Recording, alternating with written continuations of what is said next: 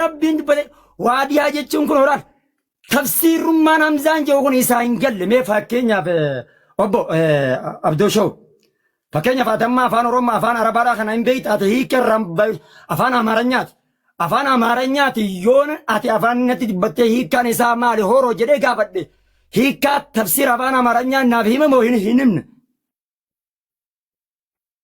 أبو أكنا قات تفسير جتشون بركاسي هي كدبر عربا بمو قرآن الدرانو بلغة الجرتي عربا باللغة عربا دمبو مبين إيفا جلادة إساني إيفا جلادة طيب كن غنا لفظي إمو قواتنا إيسا إرجر رسول صلى الله عليه وسلم قرآن إيفا جلادة نبي قرآن فسره جوتادي نبي معلومة قرآن فسره قاون قرآن أفان إساني دمبو أفان بلغة العرب المبين تلك آيات جون إنه رجابه ومن رجا إسرت التديس أفان عربي تم بوفم واديهم أيب أكمل رسول مال الرات تفسير بربادا تفسير رسول جي مال جافد أساس اللغة أفان أماراته ركون كابو هي كايسا نيبساتور إسري بك أمة كينيا همزان بك أمة الرتي توشوشا غودي فكيسورا اسبلك ينكي بكاتيكا تفسيرا خنا وبسا نان بتدابس اما قواتنا ابانا فينغولي قوارانا فودا شيما با هانغان ايه فياده غلطومي اما غا كي غونو اتي اما كسي اندي بنت فردو غافي همزه وني غورو دندنيو تبران جرتو لا شرطين تجيبودا بودا قواتنا إيسا بدي الرسول جيبا كتنا ما هي مدديا أونو كناو أبدا لا كان بكنا نديفن بك قواتنا أو ربي سداد رجان ناخنا يوكا أبرام فودي هاجو وبريس قوانا فهمتني بر ها مينامو مايكي بندا غوتا كنا منون دي مايكي بندا ولي ناسو إنه غوتا مايكي بندا لكي بندو أستاذ زاموت رجل بندو نما جئنا في دي جي زمش خريج جئن تفسير ساقي ستي اوكي تفسير زمش خريج فلاتو في فلاتو انا رنجلتو هيا مال جتشو اينو وان كان سيدرو جي زمش خريج على دفيتو جيبي كوني بروبليم خيامت هيا استاذ محمد اما سيغلي استاذ محمد اما دكيسه معتزلة مالي جاني إذا نساخون إيه سرافة جاني زمس كريمون أما ما أنتنا ما جد أن نمتك وقلا أكوال الدين هاسون نسا قبليا نمتك نمي كمار سسال هاسا وخيت والديك أبدو شو قبل خوبت تلال تنهور هاسا ويسات والديك ما همزة ركو هاسا ويسات والديك لال مالجد أن تفسير نمط ناسو نمما ودقيقة ناسو ندابا وابسي كابريسو برلا وابسي كابر جران ندبسيسي خارو إساتو ريبن تنوادا قلي أبو دقيقة ناسو دقيقة خناف جران همزة وابسي جينغا ناوبسي غوتا أستاذ ماما بيان سو دقيقة سدي تن إسنو تلا كاوم نسني كاننا أستاذ ماما بيان اللين دقيقة سدي هادو بتو شيهم زان اللين دقيقة سدي أكاس ايه دم أمتو دقيقة سدي رخاي أستاذنا مسام زاهر رخاي دقيقة سدي فري تايم يرا هنن سو دقيقة سدين أوكي أبلي نمني كن السديد لبس سديد جيفت لا أو كسمة خرابي عبدو شو الرب كان ربي برو لال نقولفنا يا ربي سبحانه وتعالى لا قولفوا يا ربي الرب كان قولفوا لا تفوتا ما الجلاسة وساكيست أنا ربي في النبي محمد ملئ نما تكون قبلو إبر أجلس سلمي دوبا نما كان أكملت حاسون سأكملت أمانة مر كنا فيديو زمسكري نابج زمسكري أما إن أمونه في دجاج إشي حاسون سوالن دين سلا زمسكري كن صحابة راجتني سلا ناقافة قبضن هاي نما تكون قبلو جي تفسيره كيست ربي في النبي محمد يجي نبي جي قواتنا ناخنين جين نافين فين زمسكرين النبي جي زمسكري كم تنفرد إسرائيل تنوادانا جلت نما تكون قبلو جي كات تفسيره تكو وستنان ديبني أبدا والله أسين قلمان نخن الرابو أمالي أجندا براتن ديبن إساعد وعداء إجلا ديجي وانتف دقيقة خيال افتدن إسني جلمتي هي كان أفان أورمو هذا وسات والديجي نما تقول بين بربادو جي النبي محمد بربي مالي زمسكري يسافي دري أستاذ اوكي دقيقة سدين تيسر كبديت ترجع خلينا نجي فدا قرآن ندرومان درستو إسني هبيت إنجيل قرآن إفتاء قرآن تلك آيات الكتاب المبين ولا ورا فسر لا نجي فدا ورا فسر خنا اللي ربي فسر جنة ورا مفسر توتا جانين كنا نجي فدا أكوان جرا خنا ربي فسر أجئ قرآن إسان الرتبوسه قرون برباجس سلاك فسرون دل كما خنتات تاتي رسول ربي تو قرآن فسر عليه الصلاة والسلام اوكي قرآن نوان إفتاؤه شيكنا موهقا قراسسن أكا يادا ساني فسرن سيقال أما تفسير شيكنا يوني سنيفي دي متاي سنلقبو فاملا مراتشوها دنديسن والدا بن صافي والبوچلوسا سيقال تناف زمشخري مالي فيدتي يو خنان جتو تاتي مي نموما توكو جيبر نموما توكو خاكا خيتي خانا جي في دي جي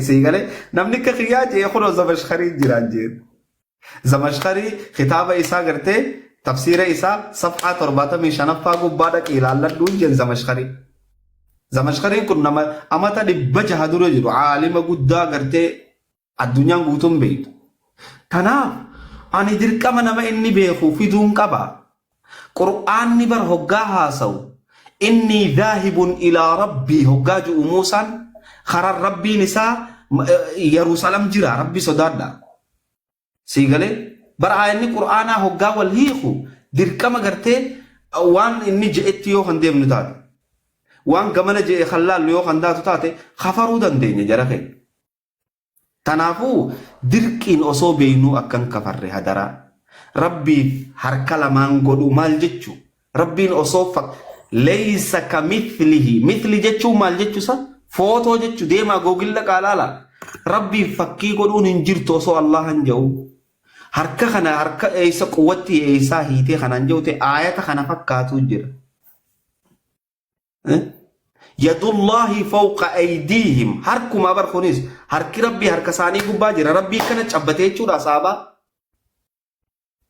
ربي چبتي چورا هركا ساني قباجر دنديتين الله دنديتي ساني قباجرتي هقاني في رسول بيعي قدن هقا رسول وجه ولي قدن أكنا جتشودا تنافوغا يو خنر خندي دوتاتي ريفو هقا ولي قلو ونر ولي قلو وان براتي يرو ولي اللي قبون برباجس جرخي يرو ولي قبني بزا والقلو اللي برباجسو أنا خنا أجي ديمون دندو مالف جنان ديبسان كي خنا بيرم خطو يوجي سن دنتاساتي أنانين قو غافيتي يدبرونين دنديا تنبود هاسو بيرم فلول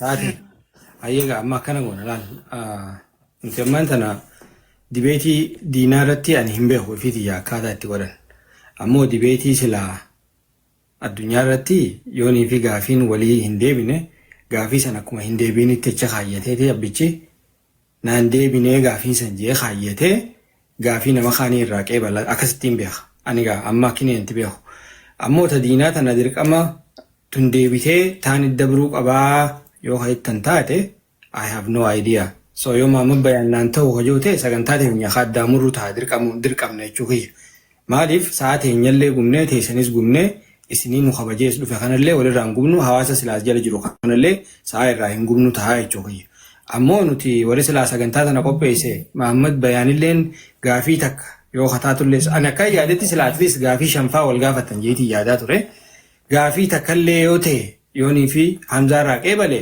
bareeda jeetii yaada yoo ammoo inninis hin qeebaluu lakki ani haroo tiyyanaan deebine waan naan deebiiniif takkallee hin fudhadhu hojuu ta'e anilleen akka nama takkaatti akka obboleessaatti isallee dirquu hin danda'u soo sunillee mirga isaa dura dhaabbachuu ta'a waan san ta'e jecha manatti achi deebisa akkam jettan obboleeyyan kiyyame. Okay, Ustaz Muhammad Raya Davunu Erotak. Ayah Ustaz Muhammad Dubat waan amma Buharon. Yaada bardeka sadi fudhanne. Yaada biraati obsi yaada biraati obsi. Deeqa biraan nu dabaluu feetu. Silaa dhumte gaa. yaada biraatii miti Dhumte hamsaa gaa maali? obsi jaaniga Okay. Okay. hamsaa wanti obsi Okay. Anaaf balleessa. wallaahi inimaa laala obsa Ayyee. sagantaan akka irratti inimaa toltee bareeddeen jirtu dhageeffadhaa gaa obsi Daqiiqaa kamiin deemu jira jarana isa isin maal Ustaazi kanniif ayyee kanniif deeqaa sadii kanniif. Kanniif deeqaa sadii kanniif daqiiqaan kannaaf ayyee kanniif ustaazaatillee fudhadhu deeqa sadii. Okay sadii deeqa jaa isin kannine. Ani hin fadhu daqiiqa sadii fitadhe isaa kannaan. hayyee kan kenna yoo atin Ayyee qabiif deeqa sadii ayyee. Okay. osoo isin qabanne maayikiin qabatin yeroo takka isin akka mataa deeqima irratti ani reebun tana haasawa isaatii tulaa bakka tanaanin sissidhee baay'eelaan quwwaa tana ani reebun tana afaan kiyyaan namuma tokko yeroo jijuusan laan ergamaa rabbiit irraa kaasee sahaabaa taabiya wataabittaabina qarnii sadiin kana keessaa namuma tokko nama ta'awiila aayaa qur'aanaa ta'awiila quwwaatti fassaru naafidiin je'ee malee kun nama akka kiyyaa kana naafidii anaa jiru dhageessanii sahaabaan dubbadhalaa sahaabaa ammoo wanni dubbadheef nabi Muhammad inama deebi'ee warra afran alaykum bisunnati wa sunnatul khulafaa jee dubbad lammaffaa sahaabaan tafsiira ilmi ergama rabbii keenyarraa barata waan ta'eef nama sahabaarraa nama tokko taabiyaarraa nama tokko nama quwwaatti fassare naafidiin jee malee nama akka waliigalaa guututti hin qabanneen bakka tana akkan gartee narraa walitti hin laaqamneef hin jee tokko kana halamaffaadhaati namtichi inni naafide kun sahabaadhaa miti reebuun tan ofuma isaatiif tafsiira nama tokko hin barbaadu naan ja'a kunu asiin maa nama kana fidateen jebboleeyyan kiyyaan erga gartee nama tafsiira nama tokko hin barbaanne maaliif bakka tana naa amanuu dide haqa kana naa baasa ofuma isaatiif ani rabbii fi nabi Muhammad malee je maasiittummoo nama tokko naan jeeti dubbatee jira an namni nan dubbate sahabaa taabiyaan dubbadhu eessaa fidde ofuma keetiin ragaa baatee nama tokko fudhadhu jette osoo takkittiin tunamzaan naa hin amanin lakki ofuma birattan kijibe yoo naan jee sagantaa isaatti seenna akkamitti deemnaree maaliif jennaani ija haqaatiin ilaalaa sinillee nama tokko barbaaduu naan jee reebun tana nama kuma sadii irratti nabi Muhammadii fi rabbi bicha jee nabi Muhammad quwwaa tana jee rabbiin quwwaa tana jee okay erga tafsiirri ayaati mubiin jee maaliif namticha kana fiidat ofuma isaatiin mufassirtoota hin barbaadu naan jee obboleessu ajandarraa ba'aa jira yoo ofiif gaafiin nama an ilaala ilmaa munaazaraan irraa wallah akka malatti naa taate hawaasa ferate waan ta'eef itti fufa tanuma qofa kan deebisan barbaada. Ustaaz Muhammad amma waan amma gaafatte kana reefullee gaafiin tanuma turte reefullee tanuma turte Ustaaz Hamzaatis ammas irra deebi'ee deebisuma reefu taanis ammallee tanuma deebisa amma naaf yaadoo fi uummanni jechaa jirru afaanumatti gabaabsee si gaafadha abdoo yeroo ta'u afaanumatti gabaabsee si gaafadha tafsiira nama tokkoo hin barbaadu rabbii fi nabi Muhammad jechuun maali? Naa deebisatu maali? Rabbii fi kan Muhammadin furadhaa jee baraan Ustaaz Hamzaa reefu jeetiin jedhaa bargaafii tana jee bar Ustaaz Hamzaa akkana jettee jee ni bar mufassirtoota namticha kana maan naaf jedhe gaafii taas bar deebise yeroo gaafannu maal jee deebise nama tokko naafid jennaaniin fidee jee deebise. Namni tokko kana nan dubbadde isin dhageessanii jirtanii sahabaarraan jeebaran sahabaarraan nama tokko. Rabbi taabiyaan akka walcinaa benne ustaaza deeqa sadii fudhadhu amma Ustaaz Hamzaa fudhadhu dubbadhuuti samboodarra yoo Ustaaz Abde akkana goonu. Okay Ustaaz Hamzaa muutirra jirta Ustaaz Muhammad muutu fudhadhuuti. Ustaaz Hamzaa guutaa kana obsi akkana goonu. Maaliif wallahi dhugaa dubbachuun sagantaan bareeda deemuu jirti. Maaliif khilaafa akka nuumne ilaala wanni takka godhuu qabna. Akka khilaafa nuumne akkuma sagantaan kun yoonii fi akkuma reefuun kana jedhe. Amma namni hedduun as jala jirtan nuti akkuma jenne karaa Hamzaatis hin jirru karaa Ustaaz Muhammad Bayaanis hin jirru. Nuti wanni as teenyeef daqiiquma qabaa jirra jara keenya akkasii hubadhaa. Isaan lamaan kun yoo nu kijibuu jiraatanuu hin beeknu dhugaa dubbachuudhaaf. Sootanallee hubadhaa jechuudha. Waan san ta'e jecha daqiiquma isaaniitii fi sa'aa isaanii feer taaneetuma qabaa jirra malee humaatii miti. Ammoo akka khilaafni amantii teenya keessallee dhufee hawaasa keessallee hin dhufne yoonii fi sagantaan tun haadhaamtu jenne sagantaa tana har'aaf asumarra raawwanne yoonii fi sagantaa biraatillee ballamannee kan deebisaan asoonaaf hin deebine illee akkanaan deebinetti itti quufee sagantaa itti aantutti cicee haa waliin jirutti yoo ta'u ta'e oguusa walitti deebina. Yookaan ammoo sagantaan teenya taarraa tun akkana fakkaatutti an asumatti yoo raawwatte irra bareeda jeetii yaada. Because Ustaad Maamad Bayaanilleen hin qeebaluu jee jira afaanii baafatee hanga deebisaan kiyya sannaa deebitu. Akkuma ammaa ati reefun tana jettee abdee gaafii irruma deddeebi'ee gaafachaa jira malee Hamzaanis deebisuu jiraaf soo akkam haa goonu jettanii yaaddanii isinii. Reefu hoggaa eegallu dhageeffadhaa. Reefu hoggaa eegallu akka dhiiratti haa ofnu. Reefu hoggaa eegallu walii gallee seenne sii galee eenuuf tahaa jennee ammatti maaltu waan kana fidire moo gaafiitii yedheefaa maal jechuun. Ustaaz Muhammad sagantaa jaalattee jirta. Sagantaan akka bareedatti oofutti jirraa jette. So sagantaa efa jaalattee yoonii fi gaafiin tante sinquubsiin deebisaan Ustaaz Hamzaa sinquubsiin irratti hin quufiin hin fudhatiin. An deebisaa Ustaaz Hamzaa irratti hin quufne hin fudhanne naan deebine kara gaafii teetii deemii yoo jetteeni akkasumas sagantaa teenya bareedduu inninis si gaafatee yoo atis ka deebistuuf tahee inninis fudhatee akkasitti tarataraan wal gaafachaa yoonii fi ka deemne yoo nagayaan. Yookiin immoo asumarra sagantaa teenya yoo kagoolamnu ta'e yoo ayya Ustaaz Muhammad maal jette waan amma siin jee kanarratti. Bakka sagantaa irratti sagantaan ilmaa laas sagaleen tiyyalleen haga mudura jennee walitti jira. Yaa silaa bar hawaasa hedduu bara wallaa arrafaa jannata bar arra jaartin tiyyalleen nagaan hirriba bareeda arrafaa jirti duraan halkan jettanii yaa kanuma naman dhagaan. Yoo silaa yeroo hunda tartiibaan akkanatti itti nuuf haftane hawaasaa bara. Hamzalleen fudhatu baatu hawaasaaf bara waan ta'eef hawaasni hin beeku waan ta'eef ani immoo sagantaa Hamzaa tanarraa siquudhaaf yaaboo quwwaa tana ammallee bakkitti. Qaban. Neetworkiin qabdee jirti.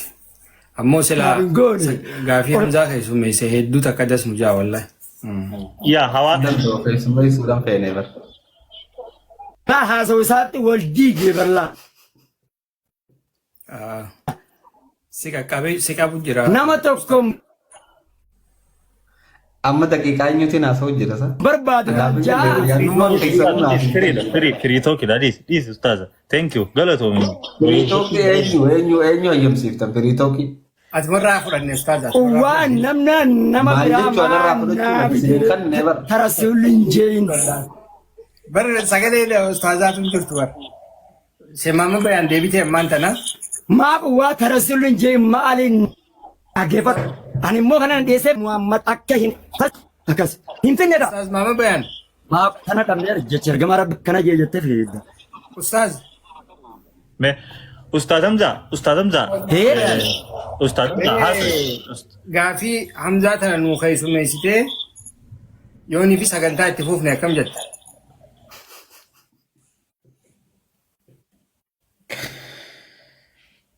Neetworkii qabeenya. Ustaaz Muhammad ni dhageessaa? Ustaaz Muhammad ni dhagahama? Muut irra jirta.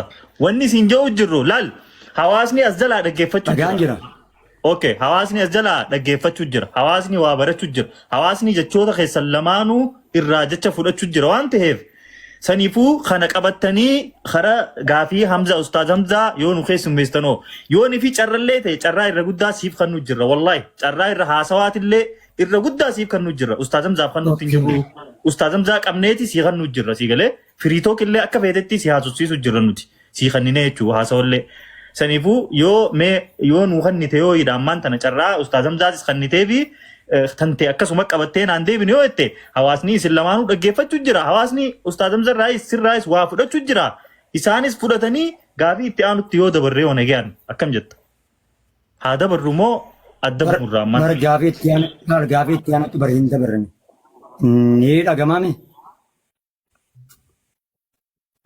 Halo. Ni dhageenya. Hin dhagamu. Ni dhageenya. Si dhageenya. Qabamee jira. Yaa jara keenya. Okay, amma Nama hin jiru. Xiqqaa dubbadhu. dubbadhu. Mee tokko haa dubbatu. Jiru amma jiru. Neetworkii si rabbashaa jira guutaa akka dhaaqu. Mee tarra takka haa dubbatu. Obboleeyyan namni munaadaraa beeku namni gartee dibeeta beeku yoo nifi nama 3 kana keessa jiraatan. Anaa isinii hayyame Islaama amma bayaan kaaga gartee gaafii tiyya fudhatu hin jiru dheefan jira. I know 100% akka inni dheefan jiru ni beeka. Gaafii tana abadan abata kudhan illee osoo taate asuma taa'u deema. Maaliif jennaan gaafii tana itti kannuu deemu ni beeka maal akkasii taate. Tanaaf silaanii bahaa ni beeka. Gaafii tana fudhatu ni baha. Yoo namni jiraatan qophii bareedduu tana haa namni irraa baru. Namni bakka isaa bu'ee na waliin haasa'u yoo jiraate. Isiniin gaafadha. Dura. Hin fudhatu barni hin beekaa. Murteessee hin jiraatu. Gaafii deebi'uu hin danda'u. Ayyee Ustaaz Hamza jalqaba isarraa konfirmii goonaa akka ati jette yoo Ustaaz Muhammad ani hin fudhadhu gaafii itti aantuuf yoo kajettu taate nama birootii sagantarra buufannee itti fufnaa jechuudha. Okay Ustaaz Muhammad itti fufi. Ayyee maal jette? Yaaboo hin fudhatu miti. Yaaboo ilaa. Yaaboo ofuma isaatiif laacarraan nama tokkollee dhiibullee gaarii miti. Ofuma isaatiif Rasuulaa fi Rabbii fi Nabi Muhammadiin nannaan jedhe dhageessanii miti. Jechiin naa bidiyoo kun Nabi Muhammad obsaa gaasaa. Obsaa gaa ani waan ergamaarra Rabbii naa fidee akkamittan waan ergamaa Rabbii jii akkamittan diida boleeyyan kiyya. Jechaan Nabi Muhammad naa fidee quwwaatan. Siisin quwwaatan jecha ergamaa Rabbii naa fidee ofuma isaatiif Nabi Muhammad malee qeebalu naan jedhe. An silaa ijmaa fi saabaa fi silaa akkanni obsi mummata obsi bal'aa obsi akka waan ati naafiddee ani fudhanneetti bargoote wanni ati naafiddee kun qawlii rasuulaati barka kanuma abdee jecha rasuulaatiin dhabe kan inni naafide abdee maal taatan ofuma isaatiif jecha Nabi Muhammad malee naan jenne. Dabdeebar akka inni siin deebisinitti yoo qabatte yoo rakkoo ni qabaa hiidha amma kan nuti jenne hawaasni dhaggeeffachuu jira. Gaafii naan deebine irratti yoo qabatte yoo.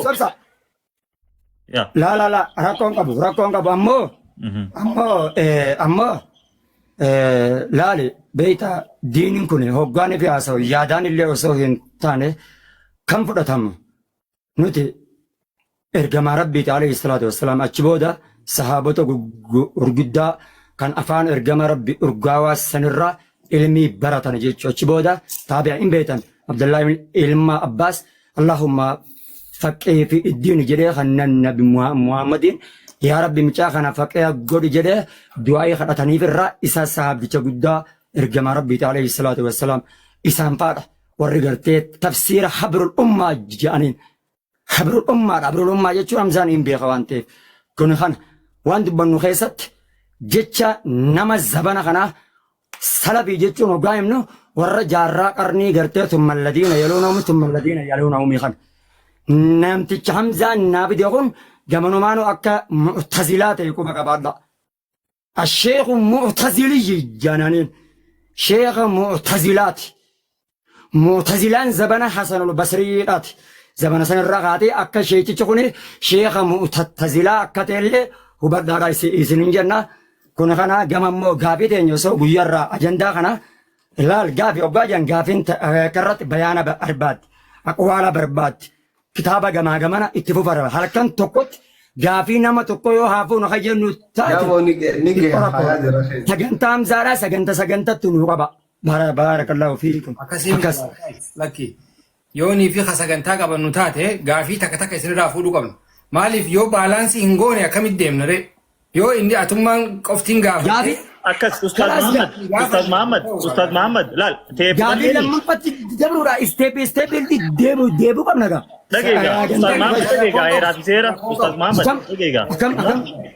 dhageegaa amma yeroo gaafiin namni tokko qoftii yeroo gaafate innilleen gaafii isaa gaafate atillee yoo barbaadden deebisiniif sanboota takkaa fi takka akkasitti adda baanaa jechuu yoonii fi gaafii lammadaan fudhatiin akka inni siin deebisini qabadhuu jenne gaafii gartee hawaasni isa jala jira. Barakkanni isin deebisinitti osoo hin ta'in uummanni nu ni dhagaanii argaa jiranii jira. Exactly. Dhaggeeffatu. Munaazaraa waggaa jala Hamza. Okay, obsa ilaa. Ilmi waggaa janna. Ilaala sagantaa munaazaraan inimaa munaazaraa karraatitti illee hin tolu. Namni sagantaa isteepidhaan gaafa ani har'a gonamsa irraa gaafii gaafadhee gaafii jedhan jedhee sagantaa hamzaadhaa itti qabu qabdanii isin jaa. Ustaaz Muhammad bar gaafiin amma ka gaafataan si qofaa bar nuti namni finne nama lama Ustaaz Hamzaa fi Ustaaz Muhammad tokko yeroo gaafatee jenne ogguu deebisaan si deebisaan sun sirrii fi sirrii ta'u hawaasnis baratee sanbooda Hamzaanis takka gaafataa jenne sanbooda atis gaafii ta'e itti fuftaa jenne akkasitti deemnaa jenne hayyee Ustaaz Hamzaa itti fufu. Itti fufa hayyee ishii gaafiin xiyye silaa naan deebine akka naan deebine itti fufa. Qabadhu hayyee. Obboleen kiyya duraan dursee Ustaaz Muhammad Bayaan fayyaada galatoomii gaafii Ustaaz Hamzaa keessummeessuu keetiin jenna akka jirtutti qabadhu ammoo namni hundinuu yoo bakka jirtu. Akka jirtutti osoo hin ta'in hawaasni akka haqa barbaadu beena nuti itti fufa akka hin deebine. Qabdan bishaan dhugaa mee it's okay break time namuu bishaan dhugaa lagaa teessan jifadha Ustaaz Hamzaa taraan ta'eeti inshallah gaafii ati qabdu dhiyeessiif obboleessa keenya Ustaaz Muhammad Bayaaniif.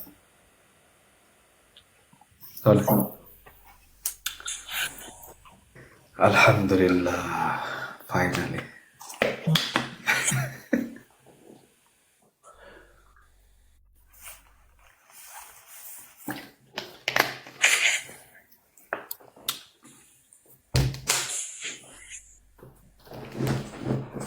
Yeroo takka warri manaa boqonnaadha misalattuu obbo Haroon break time jedha jee boqonnaa irratti jecha fayyadamaa. Daawwattoota keenya irra deebinee galatoomaa sagantaa